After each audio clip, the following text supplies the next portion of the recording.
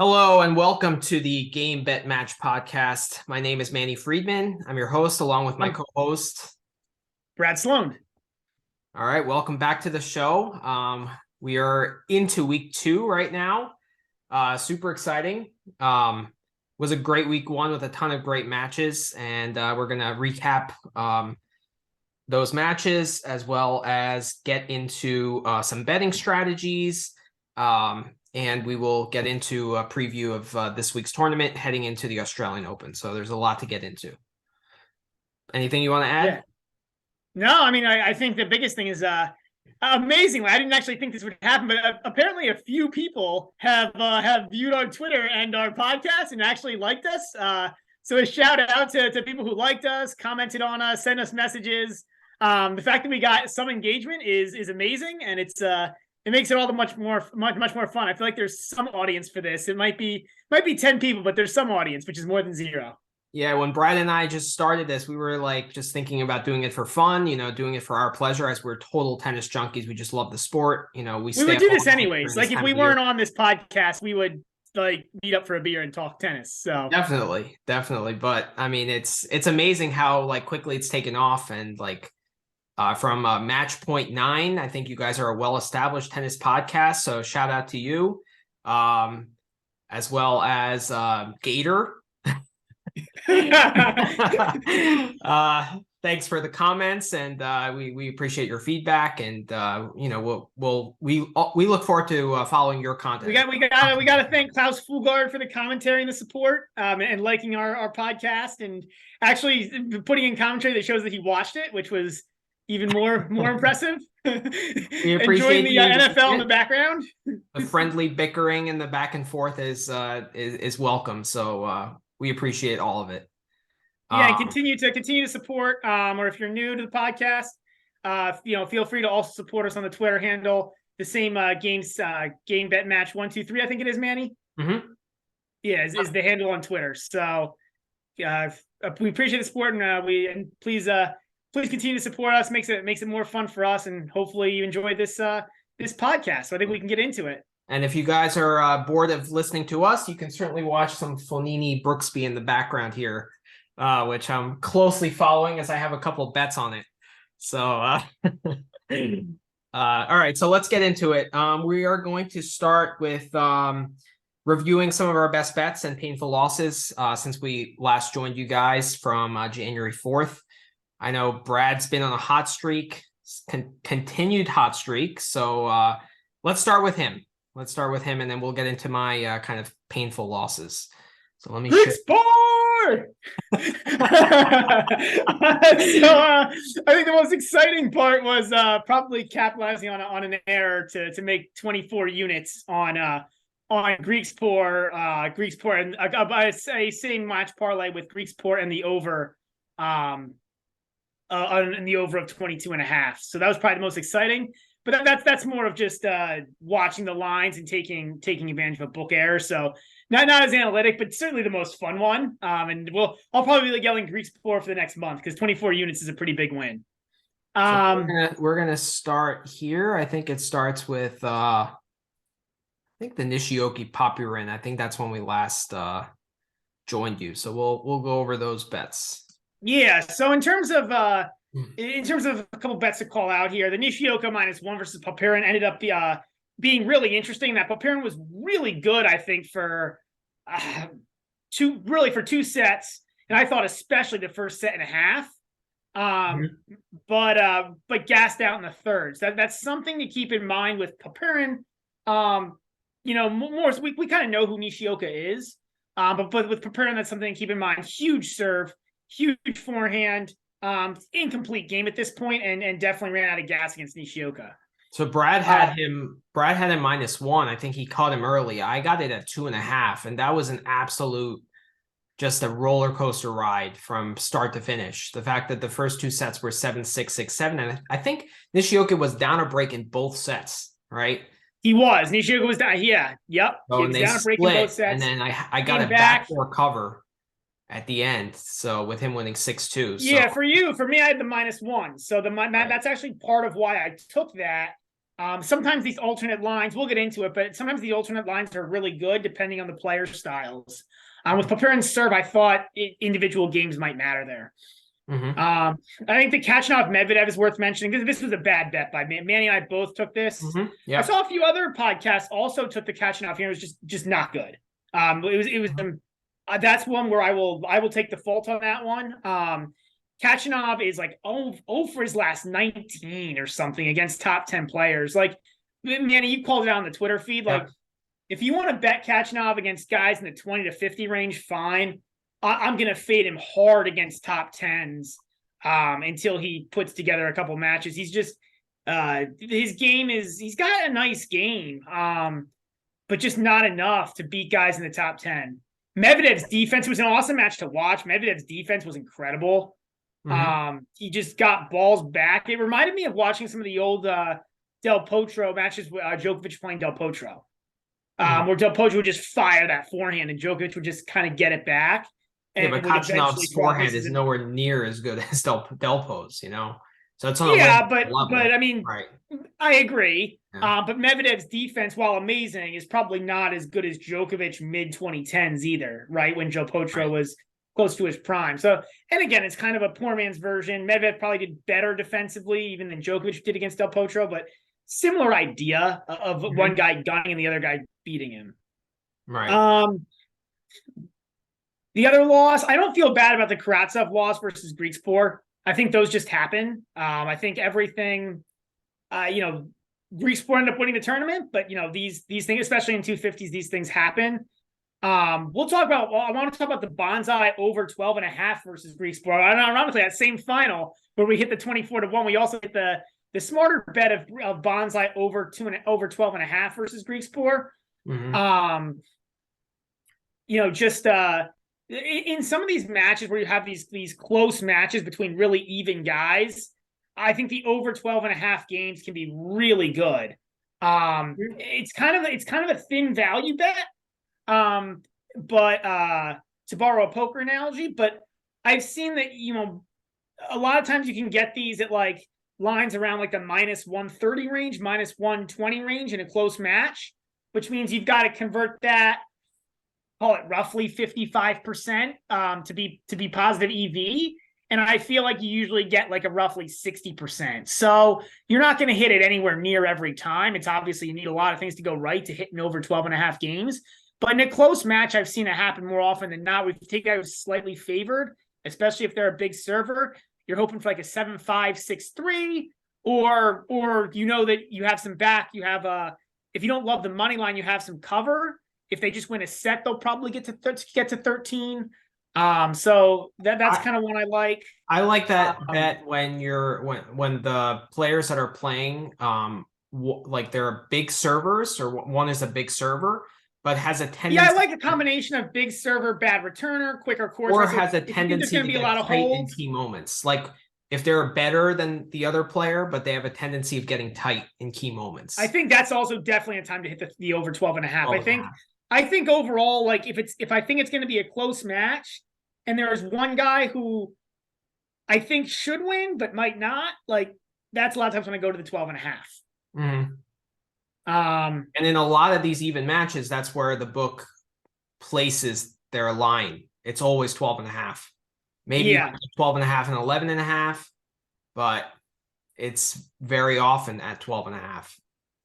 Yeah, but I mean, otherwise, I think everything there. Djokovic beat Medvedev up pretty good. We can talk. I mean, in terms of a tennis match, that was, probably a good takeaway. Djokovic just, he looked good. I can't remember his winning streak was like 30-something matches in Australia. What was really interesting with that match is early on, I thought Medvedev did a really good job of moving Djokovic side to side, about as much as I've seen anyone do. Djokovic still won a fair number of points. Obviously, won the first set 6-3, one break. But I thought he did really, like Medvedev early on used his strategically used a lot of even like shorter, wider balls to move Djokovic. Djokovic likes to keep his side of the court small. I thought Medvedev was able to angle him out more than I see a lot of other guys. Djokovic responded by going to more of a bigger hitting game than you're used to seeing from Djokovic and playing a little more aggressively. And actually, I don't want to say really overpowered Medvedev, but he seemed to move more to that in the second set. Novak also, the serve for Novak's gotten a lot better too over the past, couple years. More aces, more winning, more points on serve, just playing a much more solid service games in general. He gets broken pretty rarely. He's near the top of the ATP in hold percentage. And it's something you don't think about a lot with Djokovic because you think about the amazing returns, the amazing defense. Yeah, I mean, so Djokovic has very few holes in his game, obviously. He's probably the most complete player in the history of the game. But I think the one way to kind of make some progression with him is to attack the center of the court. We saw Simone do this in Australia about 7-8 years ago, where he just hit every ball down the center, and that's what drew a lot of errors. I feel like his movement is so good that when you expose the angles and allow him to open up the court, that's when, he can break down a Medvedev, for example. So I think Medvedev needs to adjust tactically if they meet in Australia in that way. Would you agree with that? Yes and no. I think the mistake, I think if Djokovic is moving side to side, he's incredible. I think where Medvedev has had some success is not necessarily bringing Djokovic in, but using depth and using like a medium to short depth, especially with a slice or his flatter shots, in order to move Djokovic that way. Because I think you're right in that you really can't move Djokovic side to side. I think that's like trying to play that classic, like the classic way you beat somebody in tennis side to side. That's probably where Djokovic is the hardest to beat. I think you're right, man. I think one way is to use the middle of the court and take angles away. I think the other way is to use depth. Using shorter shots and then some deeper shots, but varying those up and making him run at more forward angles. Not necessarily getting drop shots, but just more like using really the whole court. Or like you said, going down the middle a la Simone and drawing errors that way. Like, yeah, but I think I think the way I think the worst way to try to beat Djokovic is to try to play like normal standard rallies with him. So I didn't see that entire match. I saw the second set, and to me, I mean, the match seemed closer than the score indicated, because like I feel like the difference was that Djokovic converted his break points and Medvedev didn't. 100% agreed. 100% agreed. It was a close match. So if they play in Australia and Medvedev is more opportunistic, I feel like it's not like a 3-4. It's closer than it shows. I agree. But I did think Djokovic was the better player. Mm-hmm. Right. Otherwise, I mean, yeah, there's a bunch of bets. I've got about 10 bets out there today. I'm 3-0 already today, but I'm in trouble in that Holt match a little bit. So but yeah. Yeah, it sounds good. I mean, you're doing tremendously well. I mean, so my stats are, if you count those up, week 1 I went 11-2 or 10-2 rather, with about a 40% ROI. So really good start. The parlays, with the exception of the book error, I'm about break even there. I missed on the Kachanov bet that I had in a parlay. And then Djokovic, ironically, the Djokovic one wasn't terrible. It's not a bad bet. I placed it too. That was closer than a 3-4. And given that I was getting 1.85 to 1 there, not a terrible loss. Well, I think 4 of their last best of 3 meetings went 3 sets. Right, and I think they all cleared the 22.5. Like I felt absolutely, yeah. I felt like I don't think that was a bad bet. I think Djokovic, to your point, Djokovic converted a couple more points. I thought he was the slightly better player, but it probably wasn't 4-3. It was probably closer. Medvedev had break points in that second where he could have turned the momentum back in his favor. Oh, for sure, for sure. Could have easily gone to 3 sets. So I don't regret that bet at all by any means. So. I mean, it is what it is, I guess. So let's go to my bets. I think I have quite a few. I did put the dates here. So we'll start with here. We went over the Nishioka Popyrin. That was just a very stressful match. Kachanov Medvedev we went over as well. That was a mistake. it's just a mismatch. I mean, Medvedev just plays, his defense is just too good for Kachanov, and the record against top 10 players, as we said. Van de Zandschulp against Bonzi over 22.5. So this was a good win. So Bonzi and Van de Zandschulp, they're both, I guess, subpar returners. They're not like great on return, and they're pretty evenly matched. So that's why I like this bet. So I mean, it was 7-6, 6-7, and then Bonzi pulled away in the third.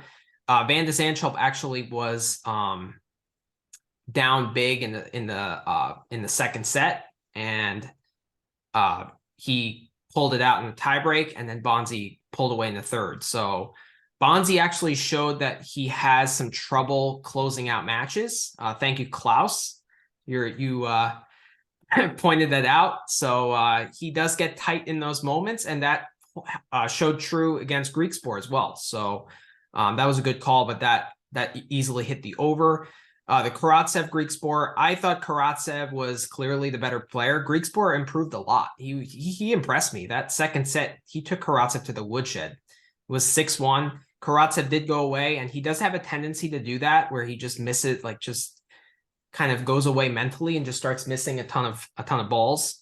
So that was disappointing. I used for the Djokovic Medvedev, I thought it would go over 22.5. So I played it kind of in a fun way. I used a prop bet to kind of see if the match would go over. I played the over 4.5 breaks. I thought it would just be a back and forth affair. Both are getting ready for Australia. I thought they wanted to kind of have one up on each other. So I thought it would just be, just a crazy match. So I was expecting a lot of breaks, a lot of like seesaw momentum turns and stuff, but it just wasn't to be. Djokovic served amazing. Berrettini, Tsitsipas in the United Cup. Berrettini, I just took the plus money and ran. I don't think this was a bad bet. I think this was one of those, like, I actually watched this match. This was a really good match. Good match. It was Absolutely. A very, very even match. And I think, honestly, anybody with the plus money was doing the right thing here. Tsitsipas played a little better in the third. And the key moments is in the second. So yeah. But I didn't think that was a bad bet by any means. Yeah. And then before we saw the book error, I placed Bonzi minus 2.5 against Greek Sport. I was quite impressed the way Bonzi played, not necessarily against Van de Zandschulp, but more against Krajinovic in the previous round. So he played a terrific match there. So I was thinking, okay, he's the better player and he could win like a 7-5, 6-4. So, but Greek Sport was solid. I mean, that was I saw that match. I was actually more excited for that match than the Djokovic Medvedev. I guess that shows how much of a junkie I am. But maybe it's because we saw the book error. So, but yeah, it's Greek Sport got his first ATP title. So congrats to him. That's a hell of an effort. So what do we think about Greek Sport, man? I mean, I really didn't get a chance to watch many of his matches. Do you think is he someone who you're looking at now as kind of a takeaway for the rest of the season, that he's going to be a top 50 player? Or do we think this is kind of a one tournament run and he's going to kind of fade back out, more similar like maybe Reithoven? So I'm looking at him more in the short term than the long term. I don't know if he can sustain this level, but I do now like him to get to like a third round of the Australian Open. Depending on his draw, of course, but if he has a favorable draw, I'll certainly back him to do that because he's moving very well and he's just a clean ball striker on both wings. So, I mean, for me, last year was more about him putting it together mentally and sustaining that level, but he showed that, and he was the more consistent player in the key moments against both Karatsev and Bonzi. So, that's kind of my takeaway. I want to see kind of, how his game develops, but in the short term, I'm high on him. I'll back him to make a third or fourth round. What are you? I know you always thought he was like, man, nothing special. I mean, do you have? Yeah, I mean, I get,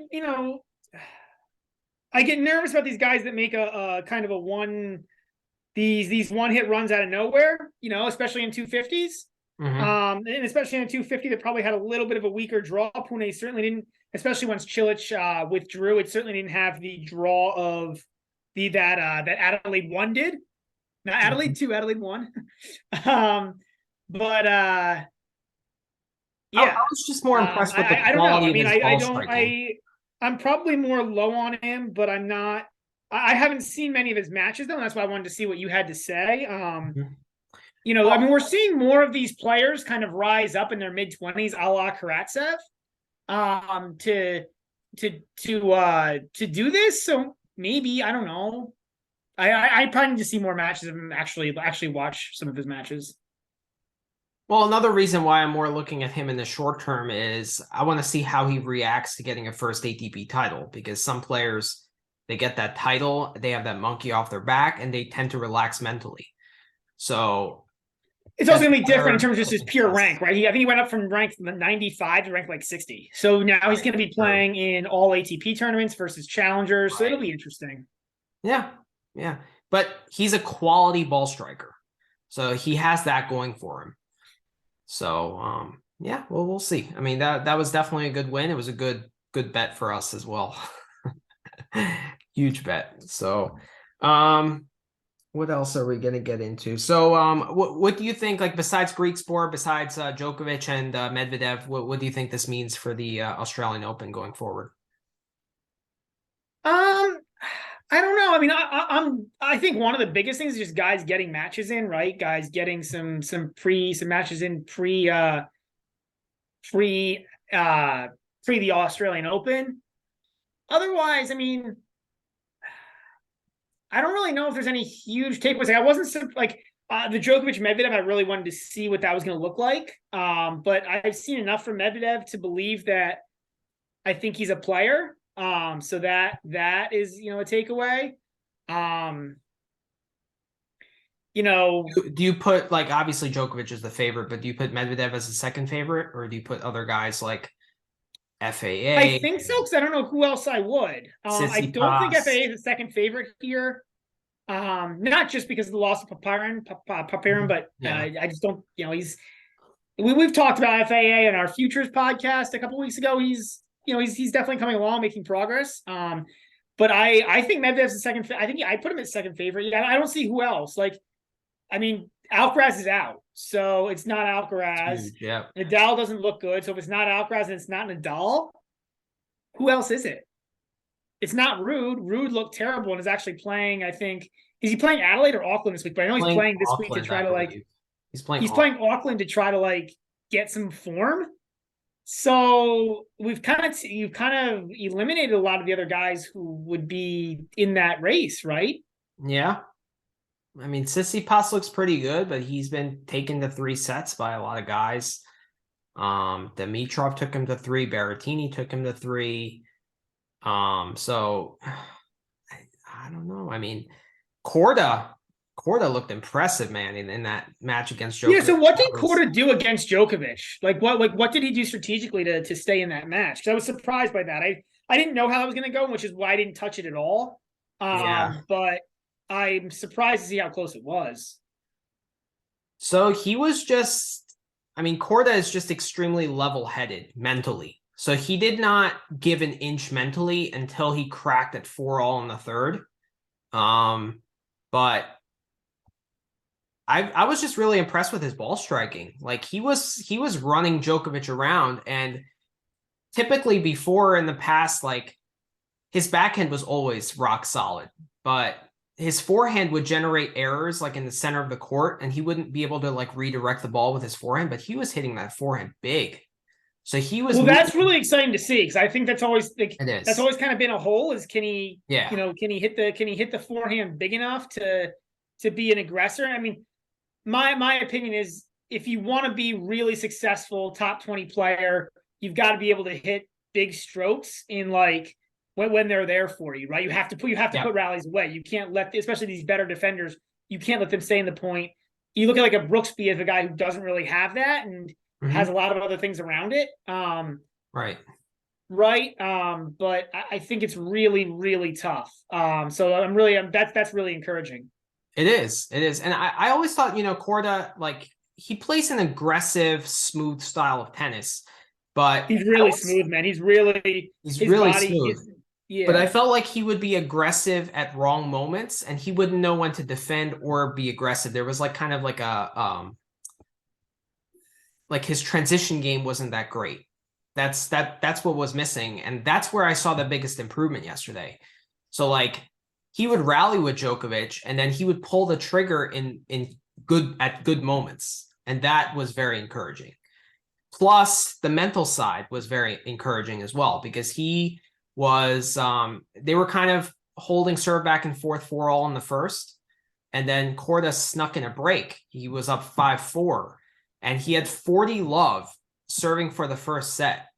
And Djokovic broke him back to make it 5-all. Most players would go away. That would be 7-6, 6-2, and move on to the next event. But not with Korda. Korda rebounded, he stayed calm, and he pulled out a crazy first set tiebreaker, 11-9, which lost me my parlay, which I was happy about. I wasn't happy that I lost the parlay, but I was like happy to see kind of a player rise to the occasion.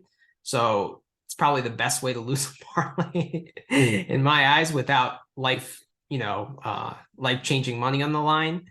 But that was extremely impressive. And then usually when they win such a big set, there's a lull in the second set. And that's what Djokovic makes you do. When he beats you like in a tight set, he raises his intensity in the next set. And a lot of guys dip. And that's where he capitalizes, but not with Korda. He stayed with him. And he actually had a match point at 6-5 in the second. And Djokovic saved it and won the tiebreaker. And then the third set, was 6-4. So it was over 3 hours. It was incredible tennis. So definitely the match of the year so far. So if Korda continues that way, he should be in the top 10 by the end of the year. Yeah, I'll need to watch a couple matches. That's really encouraging to hear. That's a guy who you kind of want to see succeed for a lot of reasons. Right? I'd like to see succeed for a lot of reasons. Yeah. And that's really encouraging. I think he's got, that's cool. He's got like he doesn't feel like an American, right? Like he doesn't. That's true. Yeah.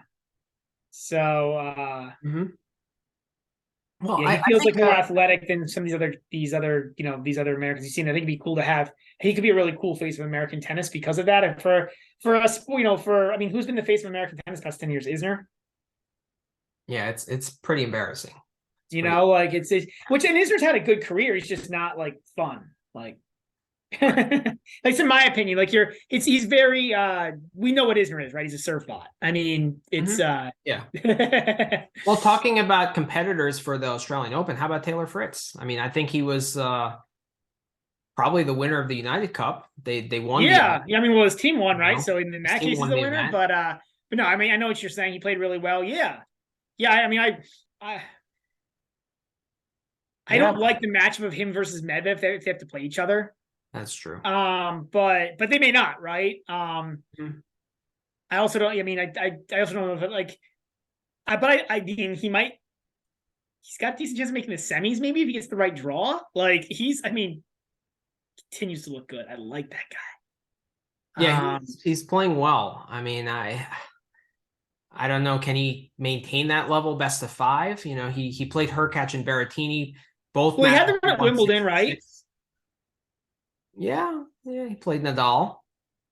Took him to and then obviously the loss to Nadal was not good since Nadal couldn't really even play, and then Fritz Fritz still couldn't close the door on him, which wasn't good from a mental perspective. But he's playing Nadal, and I think Fritz is a guy who really respects the history of the game and realizes that on the court, which is maybe to his detriment against like a Djokovic.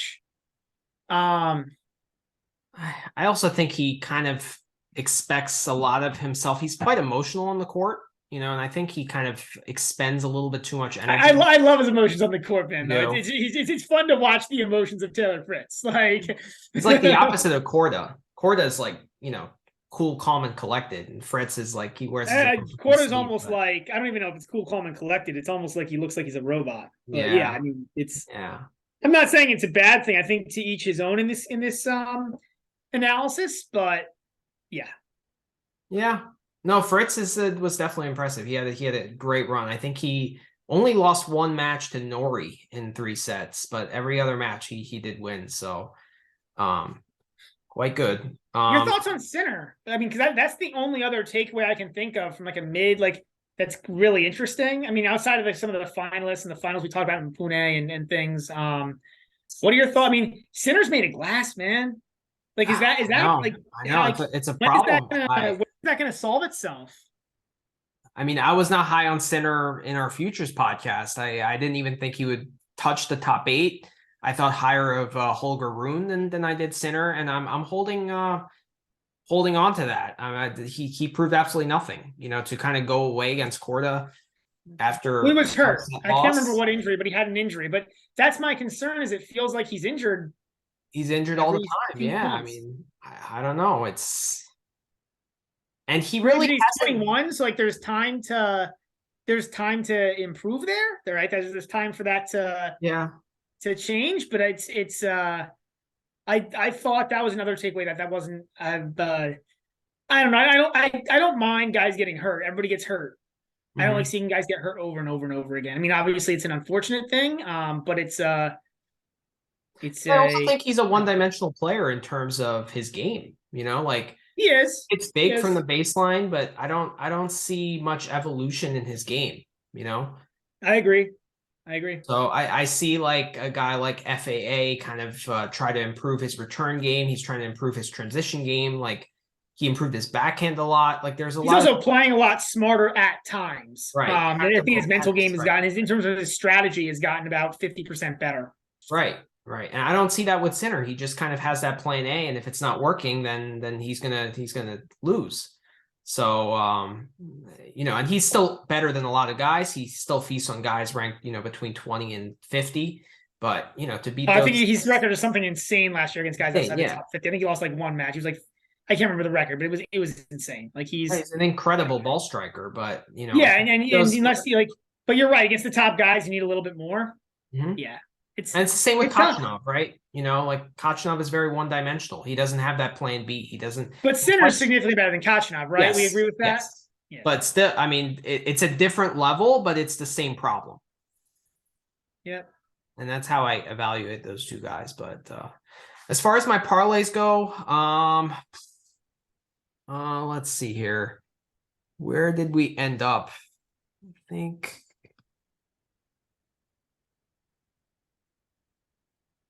Yeah, I think it was like here. So I did win a few. Coric 1.5. Coric did win a set against Tsitsipas barely. That was a nail biter of a match. Berrettini money line against Hurkacz. Tiafoe money. What motivated you to take Linette versus Bronzetti? Did you even know who either of those players were? That was just an odds boost. I just kind of looked at their scores and I was like, Linette, was winning and Bronzetti was like losing to players out of the top 100, 2 and 2. So I'm like, okay, I'm just going to throw that in there at plus 250 as an odds boost. So that was a good cash. Tsitsipas Coric went over, Hurkacz Berrettini went over, and Fritz and Nori went over. That was a great day at the United Cup. And Musetti beat this Polish no name 2 sets to love. So that was a great win at plus 710. Karatsev beat Martinez. Cilic had an ankle injury. What was your take on that? He realized he was in the wrong country. Yeah, I think so. I think he just, realized he flew into the wrong country. You got to get to the right place. It is claim an ankle injury. It is what it is. Move on. Sometimes travel's hard, man. I mean, you saw how in Southwest, right? Sometimes it's hard to get to the right country. I've actually made that mistake in my personal life. I've flown to the wrong country. So happens. Yep. So I got all the legs. I just did a money line parlay for all the Pune quarterfinals and got that right.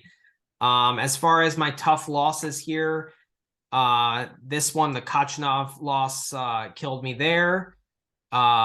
Here, I think Shapovalov covered 5.5. I think that was 3 and 4.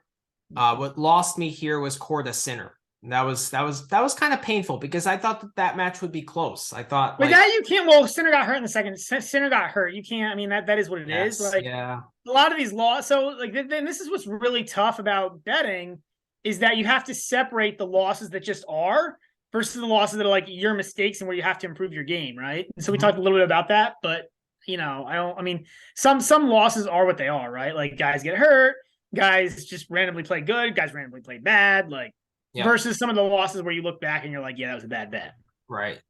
So like Kachnov plus 3.5 over Medvedev, that was a bad bet. Right. But this one, not really. And I see here I placed a Kachnov Medvedev over 21.5. So because when I feel like when you play someone plus the games, you kind of are inferring that it's going to be a long match, right? In a way. You are. Yeah. I mean, I think the two of those together make sense. I just think they were both bad bets. Right? Like, which makes sense, right? Yeah. Like if you know. Yeah. Here the Karatsev screwed me against Griekspoor. Here Djokovic Medvedev over 22.5. I mean, that was my bet of the day that day. And I mean, that's not a bad bet, right? And we discussed that earlier. So here was that crazy 24-1 win. A little small parlay in the Adelaide 2 qualifying, Kwan versus Pospisil and Millman versus Zapata Miralles. I really regret not hitting that Millman money line against Zapata way harder. That was an even money match. Yeah, that was a miss for me too. I honestly wasn't really thinking about it, and I definitely a mistake on my part also. Yeah, I did this last minute, and I was like, you know what? I'm just gonna try to win a little bit of extra money. And yeah, Millman, I mean, he won 2-2. I mean, that's a crazy to be even money there. That was no brainer. And then yesterday, I mean, this is not a bad bet either. Like my take on Djokovic was like, if you're beating the likes of Shapovalov and Medvedev in straight sets, like why wouldn't I think he would win straight sets against Korda? You know, like that was my thought press prior to that match. There were actually 2 pushes in this match. Ymer minus 3.5, which was another bet of the day candidate. In the qualifying. Bash has been just so bad. How about Bash, man? I mean, I think it was a year ago he was in the top 20 or the top 25, and he's finals of Indian Wells. What? He was finalist in Indian Wells. Yeah, I mean, I don't know what happened since then. Like, it's just he's just falling off a cliff. Yeah, it's almost like I mean, he's not playing top 100 level tennis at this point. He's not even playing like challenger level. Like he's playing like mid-tier challenger level tennis. I don't like. If he had to play in the qualifying this week for the Australian Open, I don't think he'd make it. Yeah, I agree. He just doesn't make enough balls. It just boils down to that. The Bash man is bashing the ball out more than in. Yeah. That's not how you win. And that is my rhyme for the day. My poem for the day. And this is not Elias Ymer. This is Mikhail Ymer. You know, so that's always important to separate the Ymer twins, who are like they're actually not that different in tennis either. Like. Well, Mikhail's one's slightly better than the other, but they're not that different. Like they're both right around that like high challenger, low ATP level. Would you take both Ymers against Bash minus 3.5? Oh yeah. Well, yeah, I think so. Yeah, I don't think it matters which Ymer. Yeah. Yeah. Plus, if one's losing, you just sub the one in for the other, right? So it's like a good back, good cover, good backup plan. You know, if one's struggling, you put the other in, sneak him on the court. Nobody's know the difference. And what are your takes on Musetti? I mean, this guy chronically retires in matches. Like, he played one set, he lost it, and he just pulled the plug. I'm like, is the guy a clown? I don't like the way Musetti acts on the court, period. I agree. Incredibly talented. We saw him beat Alcaraz in Hamburg last year. I mean, he has flashes of. But didn't he do some bad? There was some bad sportsmanship play made in that match too. Like he's not. I mean, I don't know. I mean, I'm not. But he has a good game. He's a lot of talent. He has a good game. It's from a betting perspective, it's I have to keep your feelings aside. But yeah, I don't like the way he plays. I don't like the way he acts on the court. Yeah, we'll have to think about that when we bet him. You know, like, can he sustain his physicality in best of 5? You know, like that's definitely a fair point. Yeah, definitely. So, all right, so let's get into some betting strategies. I think like just more from a general point of view. Yeah, general strategy perspective. Yeah. So I guess, man, if you want to go ahead, what are some strategies that you like? So one strategy I do like is when we come out with our bets of the day, I come out with like 4 or 5 of them, and I like to combine them all in a parlay because I believe in all of them, right? So I kind of put them all Well, I should explain it like this. I bet them all individually. And then I lower the risk when I put them in a parlay. So like if I bet 4 game spreads, I might do like say Djokovic -4.5, Brooksby -3.5, and like Kokkinakis -1.5. So in the parlay, I might do Kokkinakis money line, Brooksby -1.5, and Djokovic -2.5, and lower, kind of do an alternate line just to lower the risk, because like I believe in it, but obviously there's higher risk in a parlay.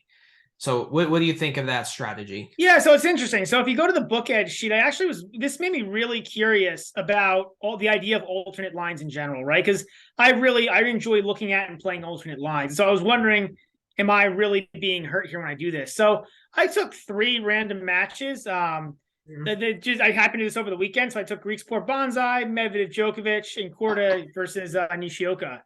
And I just looked at all the different spreads that were out there and the lines. So that's what you see there. And then you can obviously convert that into basically the EV that's required for each player to win, right? And then whatever the difference is between that and 100%, that's what the book is basically making, right? So if you look at, like, if you would have bet that -115 in the Griekspoor Banzai match at a spread of 2, right, on either side, right, you're losing about 7% to the book. The book is taking off the top, right? Assuming that you're just blind betting one or the other, right? Because you've got to be, you've got to be 54%. You've got to, in order to win, you've got to make 54. You've got to be right 53.5% of the time. So but the interesting part of this, right, is that if you look at these different alternate lines, the book isn't really hurting you more one way or the other, ironically. So like the book is dinging you at like 6 to 7% on all of these. So long story short, I don't think it matters. Like, all you're doing with the strategy of with your strategy, man, is you're making it an inherently risky activity, betting parlays a little less risky. But you're also lowering your reward by like that same amount. So I don't think you're helping or hurting yourself versus the normal lines. I prefer to look at the different like lines and spreads available, figure out which one I like the best, and just stick with it. But I was actually really curious about this, and so I went into this a little bit more detail. I don't think you're hurting or helping yourself. Well, I guess it kind of makes sense, because if you believe that the single bet is going to hit anyway, why not, just keep the same bet in the parlay and just increase your reward.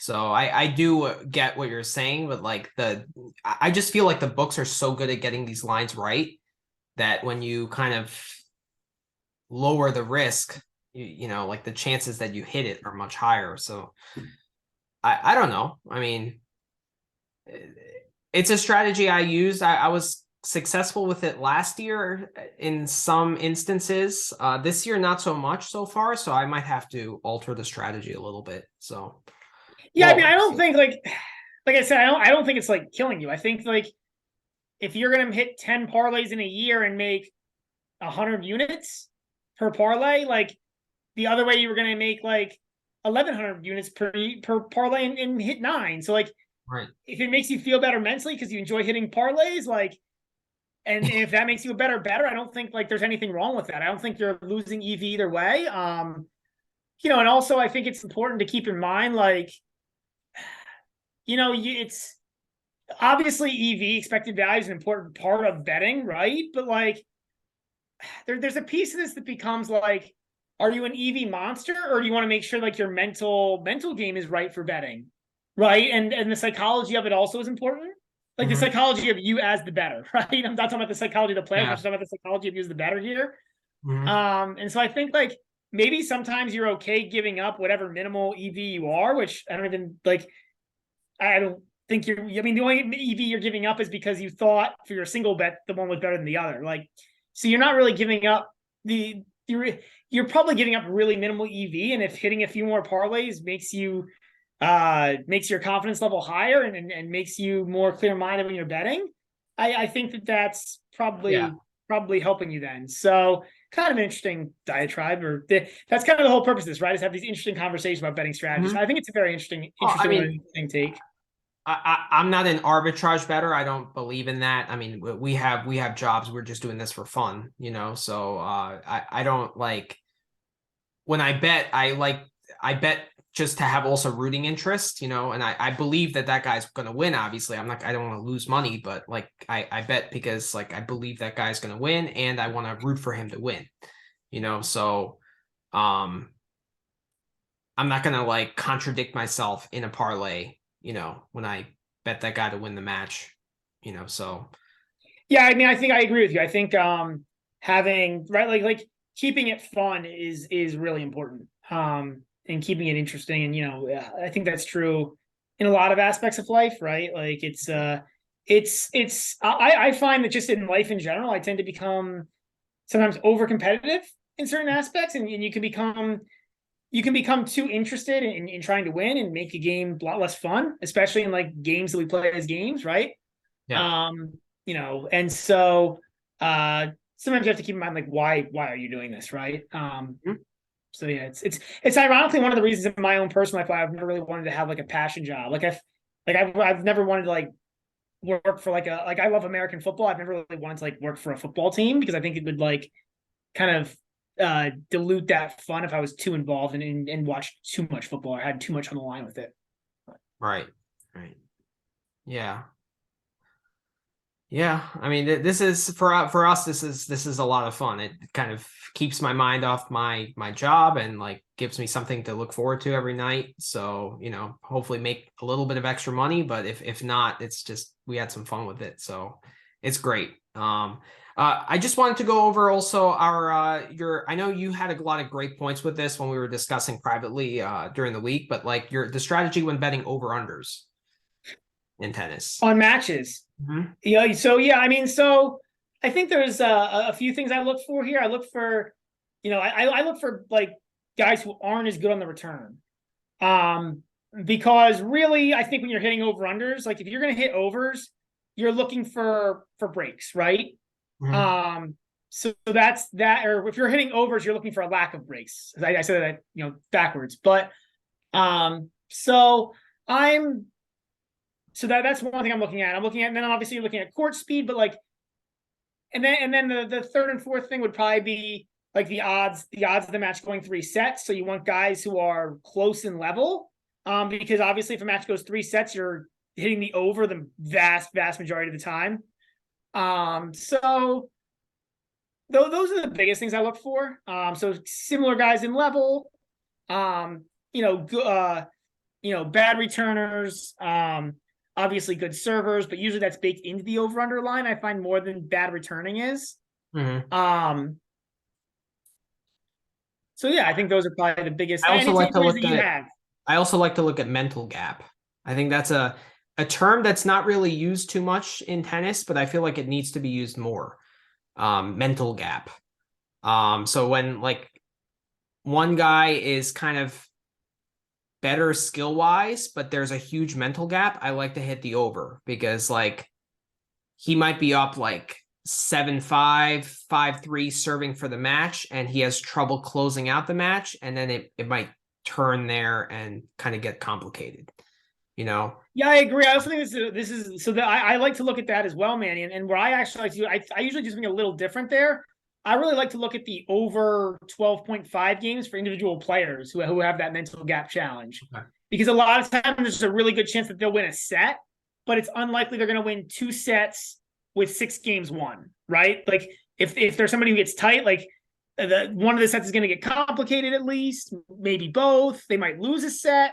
Um, and with the over 12 and a half games bet, a lot of times they can even like lose the match. And if they win one set, they're probably going to get there, especially if they're good servers and keeping a lot of the sets close. Um, so that's another way I like to go with over unders is looking at individual player over unders, especially in case like you said when the mental gap is so high.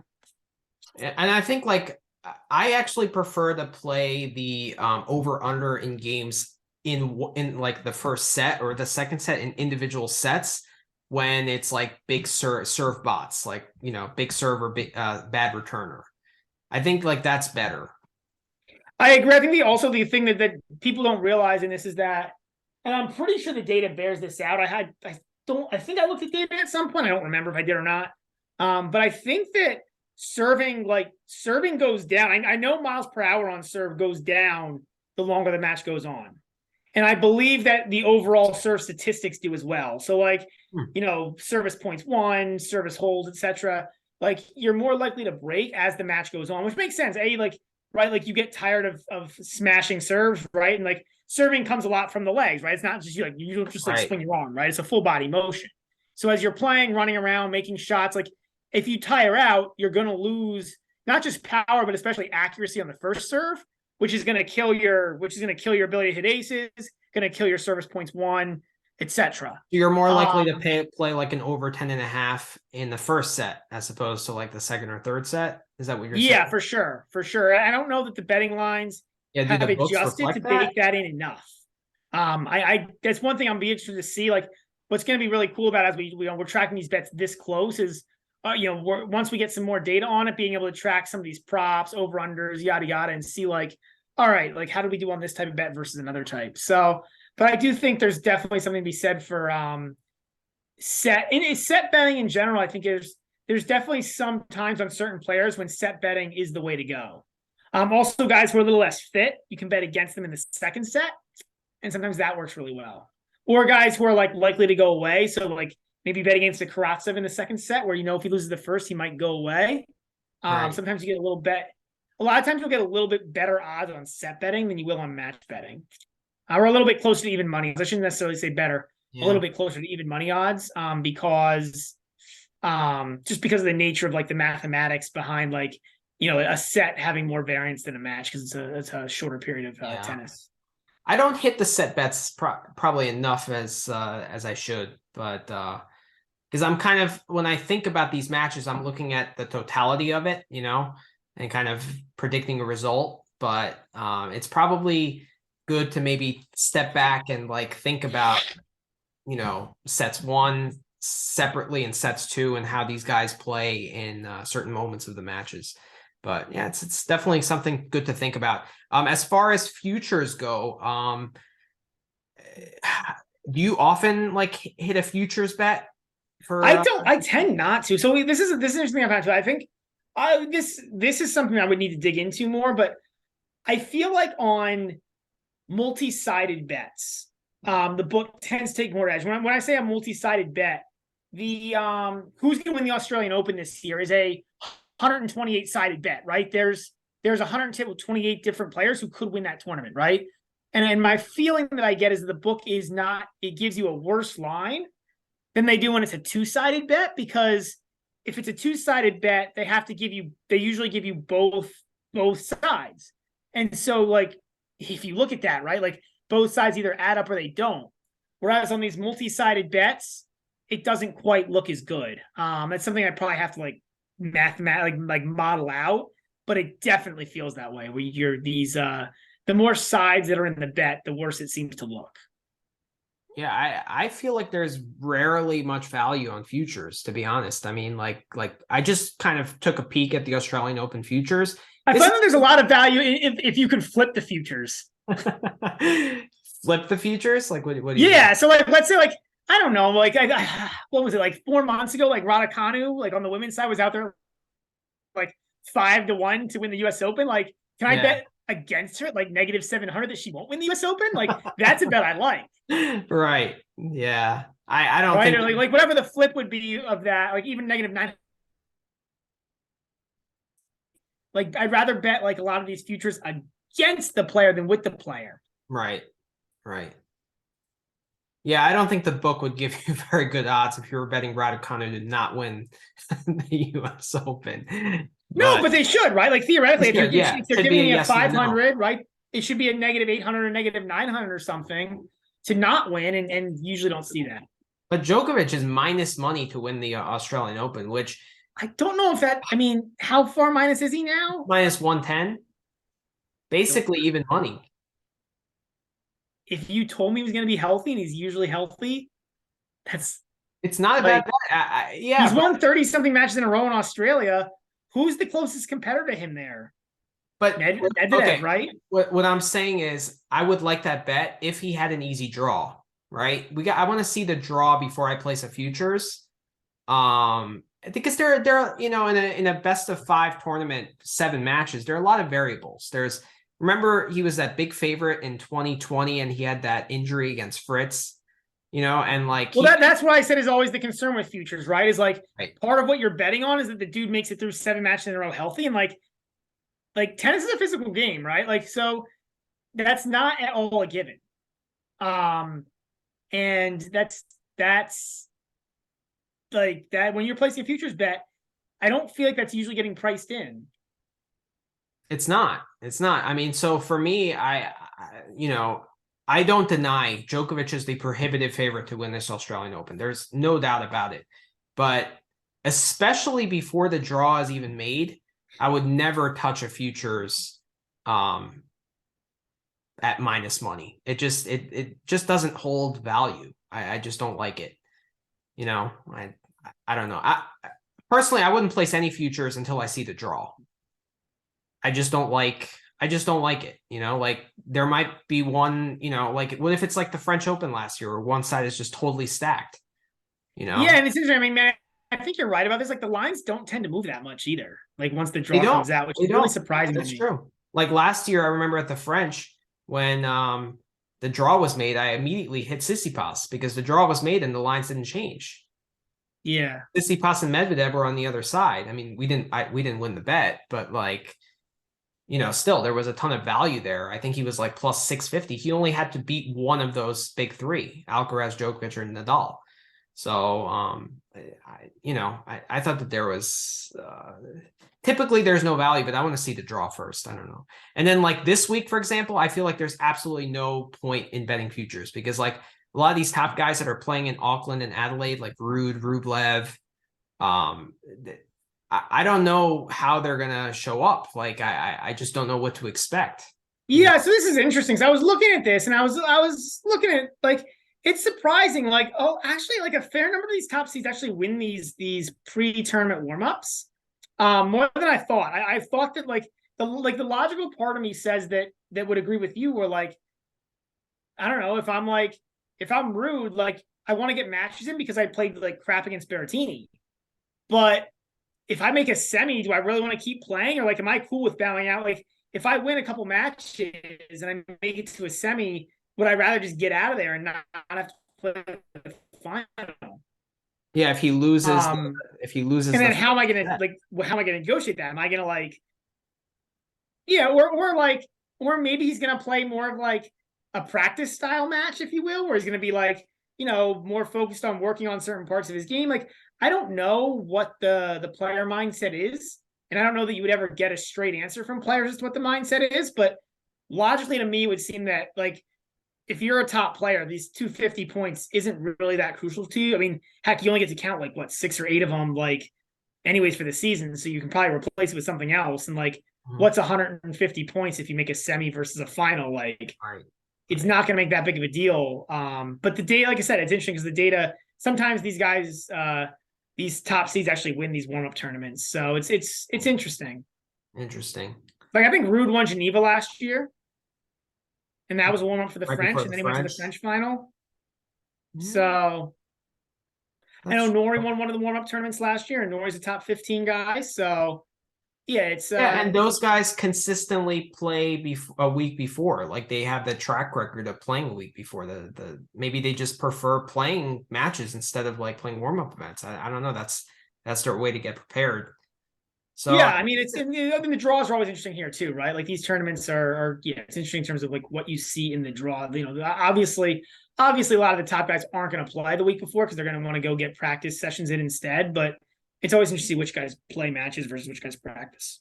I mean, I do think it's a really good decision for Rude after the showing in Berrettini to come to do a warm up tournament for a couple matches, at least get a couple of good matches in and get a couple of good feelings in before the AO.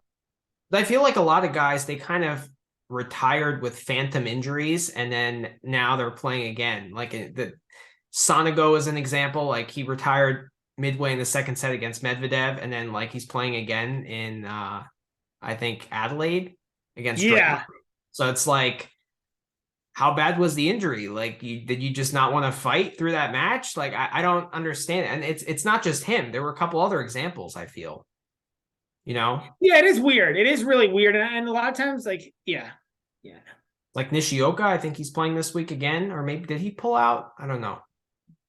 Well, I guess that's the question too, is will these guys play? Because I think the ATP changed their rules now too, that I think that if you pull out, if you show up for a tournament and you pull out once the tournament starts, I think you get like half the first round money or something. I think they put that into play like a few years back because because instead the other alternative was guys would show up, play half a set and retire. Right. So I think now they let guys withdraw and get like half the first round money. So like, are some of these guys just there to steal like $50,000? Like, I don't know. Yeah. Yeah, that's a good point. And do I blame them? No. Definitely not. They're winning way more than we are. Betting on these guys. So, all right. So that wraps it up for part one. We will come back and we will discuss Adelaide 2. We'll also discuss Auckland, and we'll discuss some Australian Open qualifying. And we'll kind of have a pod right before we get into the actual Australian Open, which we are super excited about. So hope you join us for the next segment.